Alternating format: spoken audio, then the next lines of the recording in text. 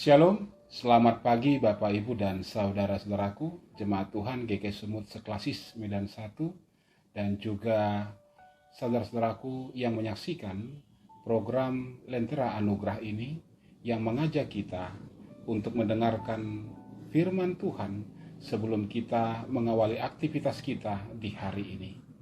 Saya mengajak kita semua untuk menundukkan hati kita di hadapan Tuhan. Mari kita berdoa. Sungguh maha besar Engkau ya Tuhan, Allah kami yang perkasa, Allah kami yang luar biasa, yang mengasihi kami, melebihi kami mengasihi diri kami, bahkan melebihi Engkau mengasihi dirimu sendiri. Kami bersyukur Tuhan buat pagi hari yang indah ini. Tuhan anugerahkan bagi kami untuk boleh kami nikmati. Dan ya Tuhan, sebentar kami memberikan hidup kami untuk mendengarkan firman Tuhan. Persiapkan kami Tuhan. Di dalam nama Tuhan Yesus, kami berdoa. Amin. Bapak, Ibu, dan saudara-saudaraku yang terkasih dalam nama Tuhan Yesus Kristus, firman Tuhan bagi kita di pagi hari ini terambil dari kitab Ayub 16, ayat yang kedua. Ayub 16 ayat yang kedua, demikian firman Tuhan. Hal seperti itu telah acap kali kudengar, penghibur sialan kamu semua. Demikian firman Tuhan. Dan tema pemberitaan firman Tuhan hari ini bagi kita adalah penghibur sialan. Penghibur sialan. Ketika kita mendengar ini, mungkin dalam hati kita berkata demikian, waduh, Pak Pendeta, kenapa mengatakan kata-kata yang cukup kasar seperti itu? Pak Pendeta, kenapa mengumpat dengan kalimat seperti itu?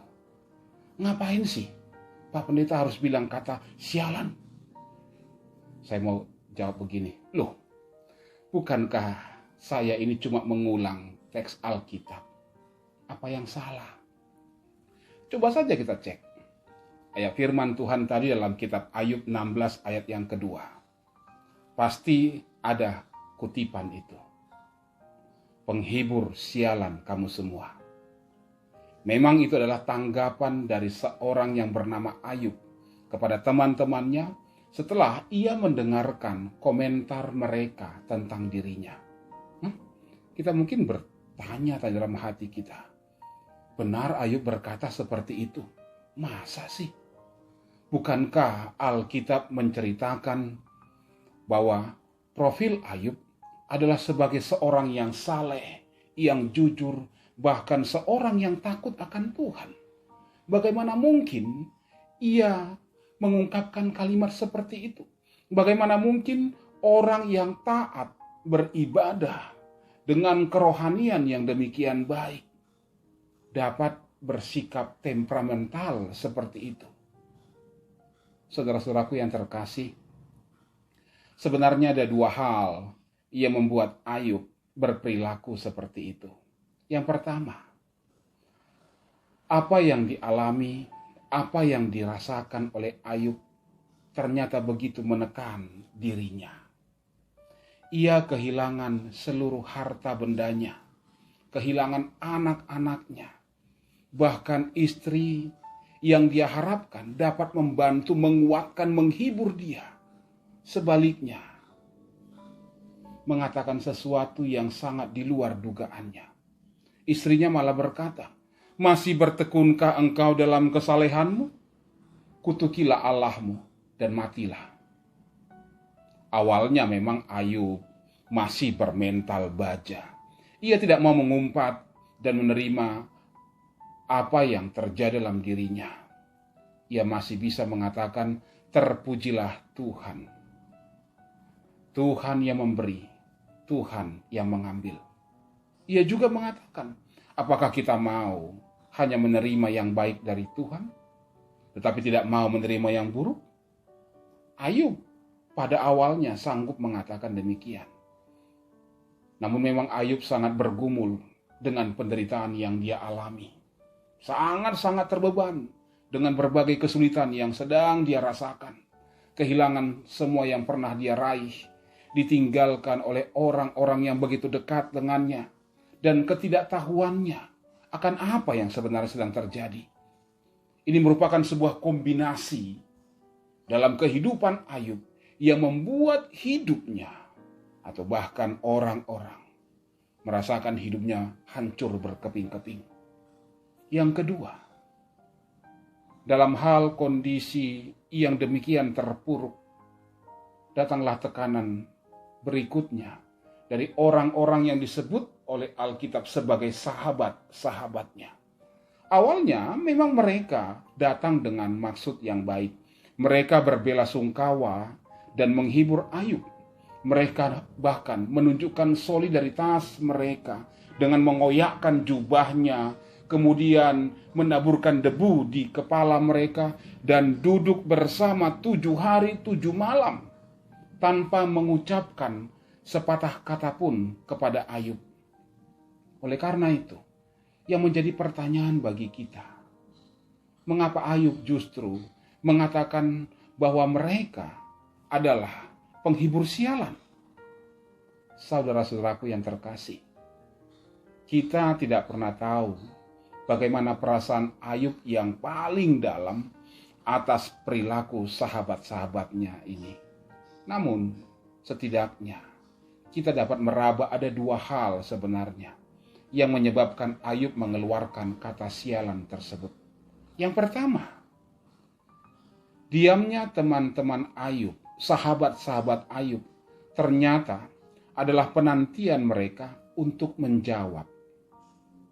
Maksudnya, mereka mendengar bukan untuk memahami apa yang sedang dirasakan oleh Ayub, tetapi mendengar untuk menjawab apa yang sedang dialami oleh Ayub. Kedua, teman-teman Ayub mungkin lebih ingin menyampaikan apa yang mereka pikirkan.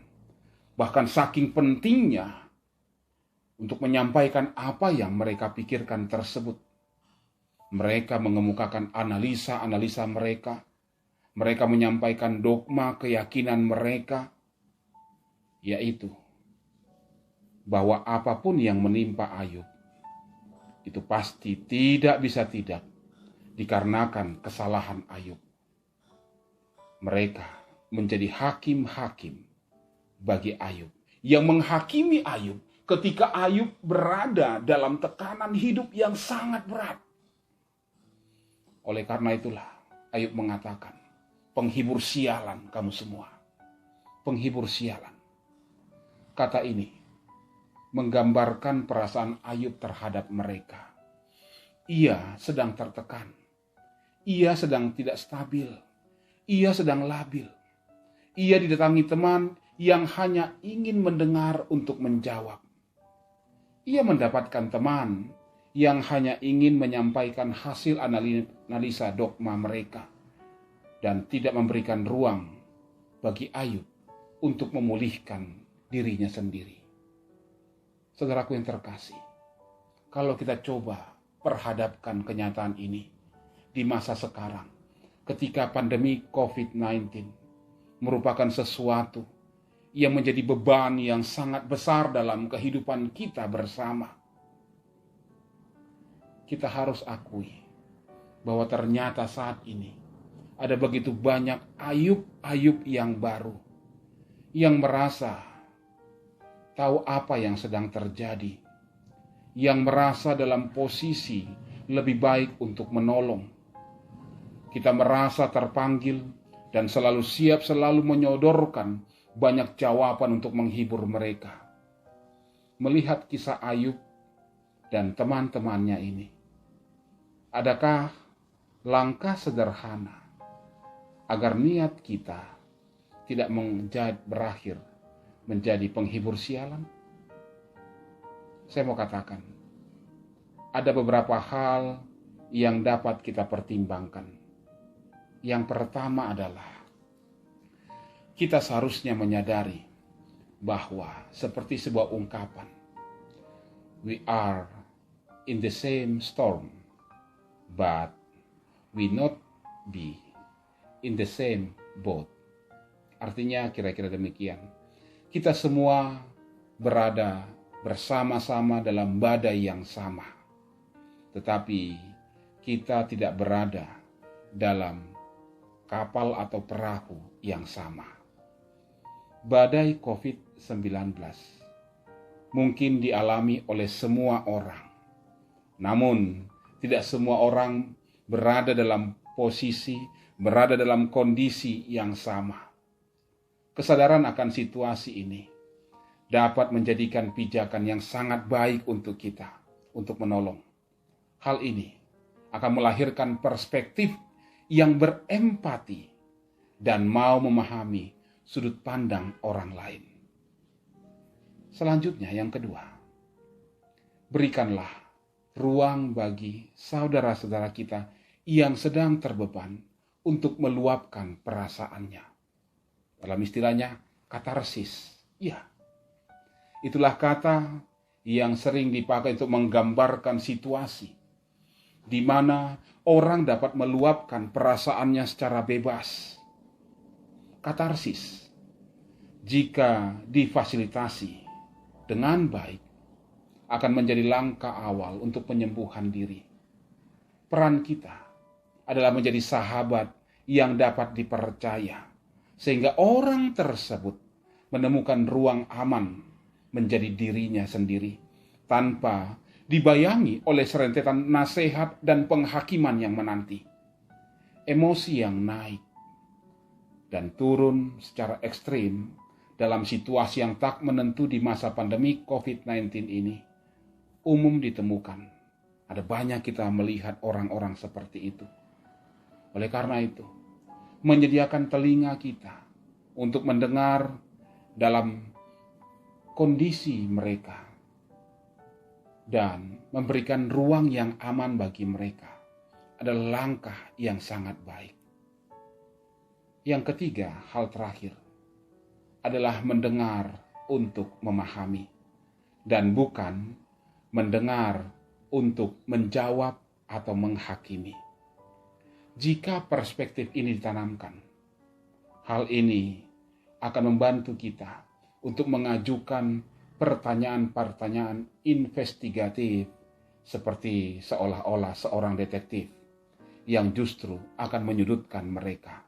Sebaliknya, pertanyaan-pertanyaan yang kita lontarkan adalah yang menggali perasaan-perasaan yang paling dalam dari orang-orang yang sedang tertekan, terbeban saat ini, sehingga mereka menemukan ruang dan keadaan yang nyaman bagi mereka. Seorang sahabat pernah berkata, seringkali kita ingin sekali menunjukkan jalan keluar bagi mereka yang sedang mengalami kedukaan, pergumulan, atau kesulitan. Padahal yang dibutuhkan mereka adalah jalan masuk untuk dimengerti, sehingga mereka mampu memahami apa yang sedang terjadi dalam dirinya. Oleh karena itu, setelah mereka menemukan jalan masuk, mereka akan mampu menemukan jalan keluar. Jadi, berupayalah menjadi orang yang mampu menunjukkan jalan masuk bagi setiap orang-orang yang sedang terbeban dengan kehidupannya. Amin. Mari kita renungkan firman Tuhan. Kita berdoa. Terima kasih Bapa, oleh firman-Mu yang indah mengingatkan kami di masa-masa sulit seperti sekarang ini, agar kami tidak menjadi sahabat-sahabat yang membuat orang lain semakin tertekan, semakin terhakimi, semakin terpuruk. Namun mereka menemukan jalan masuk, sehingga jalan keluar yang Tuhan persiapkan akan mereka lihat. Di masa-masa sulit sekarang ini Bapa, Engkau mengajar kami untuk tidak berpangku tangan, namun melakukan yang terbaik bagi sesama kami, sehingga hidup kami menjadi berkat, bukan menjadi kutuk bagi orang lain. Ya Bapa, biarlah melalui kisah Ayub dan sahabat-sahabatnya ini, kami mampu melakukan apa yang Tuhan kehendaki di hari ini, bahkan untuk hari-hari mendatang. Berkatilah seluruh kami yang mendengarkan firman-Mu. Terima kasih ya Tuhan. Dengarkanlah doa kami. Di dalam nama Putra-Mu Tuhan Yesus, kami berdoa, dan yang menyempurnakan doa kami dalam doa Bapa kami. Bapa kami yang di sorga, dikuduskanlah nama-Mu. Datanglah kerajaan-Mu, jadilah kehendak-Mu di bumi seperti di sorga. Berilah kami pada hari ini makanan kami yang secukupnya, dan ampunilah kami akan kesalahan kami, seperti kami juga mengampuni orang yang bersalah kepada kami. Dan janganlah membawa kami ke dalam pencobaan, tetapi lepaskanlah kami daripada yang jahat. Karena Engkaulah yang punya kerajaan dan kuasa dan kemuliaan sampai selama-lamanya. Amin. Terimalah berkat dari Tuhan, kasih karunia dari Tuhan Yesus Kristus, kasih sayang dari Allah Bapa, dan penyertaan dalam persekutuan dengan Roh Kudus, menyertai saudara-saudara sekalian, hari ini, esok, dan sampai selama-lamanya. Amin.